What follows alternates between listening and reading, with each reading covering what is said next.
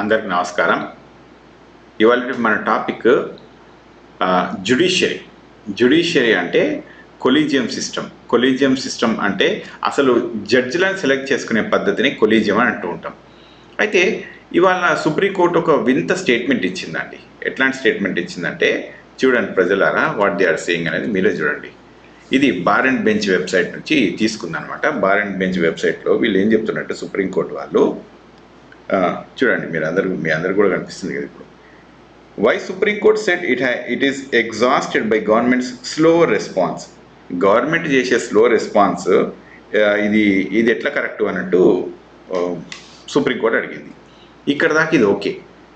ఇది అయిన తర్వాత మరి ఇట్లాంటి క్వశ్చన్స్ వాళ్ళు మనకు పోస్ట్ చేసేటప్పుడు, ప్రభుత్వానికి వీళ్ళు ఇట్లాంటి క్వశ్చన్స్ పోస్ట్ చేసేటప్పుడు ఎవరు మన మన సుప్రీంకోర్టు ఇట్లాంటి అంటే వాళ్ళు అలసిపోయినంట. సుప్రీంకోర్టు ఏం చెప్తారంటే మేము గవర్నమెంట్కి చెప్పి అలసిపోయినాము అని చెప్తున్నారు. మరి మీ ఇట్లా ఎందుకంటే వాళ్ళు స్లో రెస్పాన్స్ ఉంది కాబట్టి.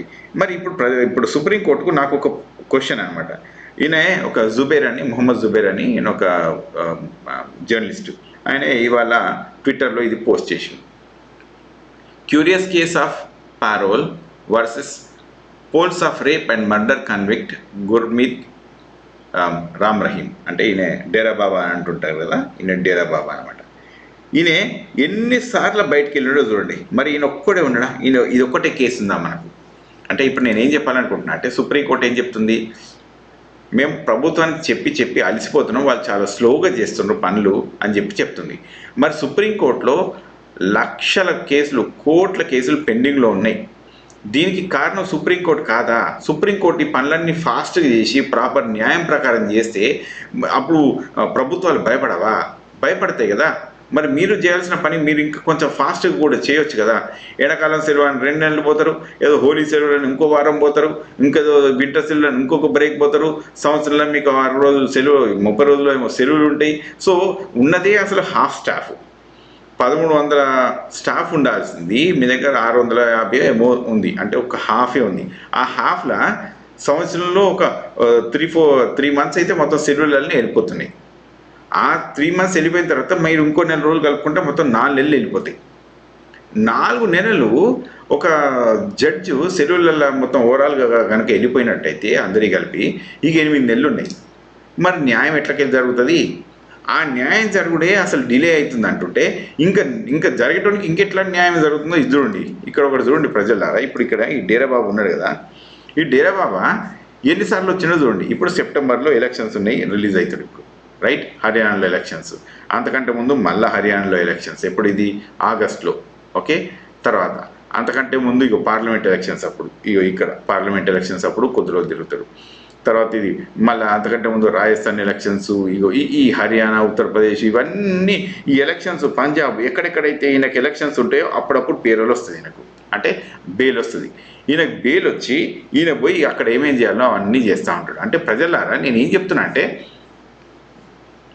కోర్టులకు మరి నైతిక బాధ్యత లేదా? కోర్టులు చేయాల్సిన పనులు లేవా? మరి కోర్టులు ఇచ్చేటోళ్ళకి ఇచ్చి దొంగలకు ఇట్లాంటి కన్విక్ట్ అయిన అసలు దొంగలు వీళ్ళంతా కన్విక్ట్ అయిన వాళ్ళకు ఇట్లా ఎన్నిసార్లు పడితే అన్నిసార్లు పేరోల్ ఇచ్చేసుకుంటూ పోతుంది, బెయిల్ ఇచ్చేసుకుంటూ పోతే మిగతా కేసులు లేవండి. మరి ఆ కేసుల సంగతి ఏందండి? మీరు అవిటికి కూడా రెస్పాన్స్ ఇవ్వాలి కదా. మరి అవన్నీ ఏమి ఇవ్వకుండా ఒక ఈయన అంటే ఇంకా చూడండి ప్రజలారా, ఇప్పుడు ఈసారికి మాత్రం కొంత తేడా వచ్చింది. హర్యానాలో ఎలక్షన్స్ అవుతున్నా కూడా ఈసారి హర్యానాకు రావద్దు అని మాత్రం చెప్పినారు. అదొక్కటి మాత్రం కొంత సంతోషించాల్సిన విషయము. బట్ బియాండ్ దట్ మాత్రం కాదు. సో అంటే నేనేం చెప్పాలనుకుంటున్నా అంటే ఇప్పుడు మనీష్ సిసోదియా ఉన్నారు, ఆయన ఢిల్లీ లిక్కర్ స్కామ్లో ఇరుక్కున్నారు కదా, ఆయన ఢిల్లీ డిప్యూటీ చీఫ్ మినిస్టర్. ఆయనకు బెయిల్ చేయడానికి 18 నెలలు పట్టింది వాళ్ళకు. కేజ్రీవాల్ గారు ఆయన ఒక 5 నెలలు ఉన్నట్టున్నాడు. అట్లనే కల్వకుంట్ల కవిత ఒక 5 నెలలు ఉన్నట్టున్నారు. అంటే నేను దొంగల్ని వేయాలి ఎవరైనా కానీ, అందులో ఎవరైనా ముద్దాయిలు లేకుంటే వాళ్ళని వేయాల్సిందే. కానీ అంటే నేనేం చెప్పాలనుకుంటున్నా అంటే వీళ్ళకు మాత్రం ఈ కన్విక్షన్లు మాత్రం అయిన వాళ్ళకు కూడా మీరు పేరోల్ ఇన్నిసార్లు ఇచ్చుకుంటూ పోతూ ఉంటే ఇది కరెక్ట్ కాదనేది నా ఉద్దేశం. ఓకే ప్రజలారా, ఇక మీకు కూడా ఏమైనా వేరే ఉన్నా సేమ్ ఉన్నా కింద కామెంట్స్లో పెట్టండి. Okay, thank you very much. మరి నెక్స్ట్ వీడియోలో మళ్ళీ కలుద్దాం.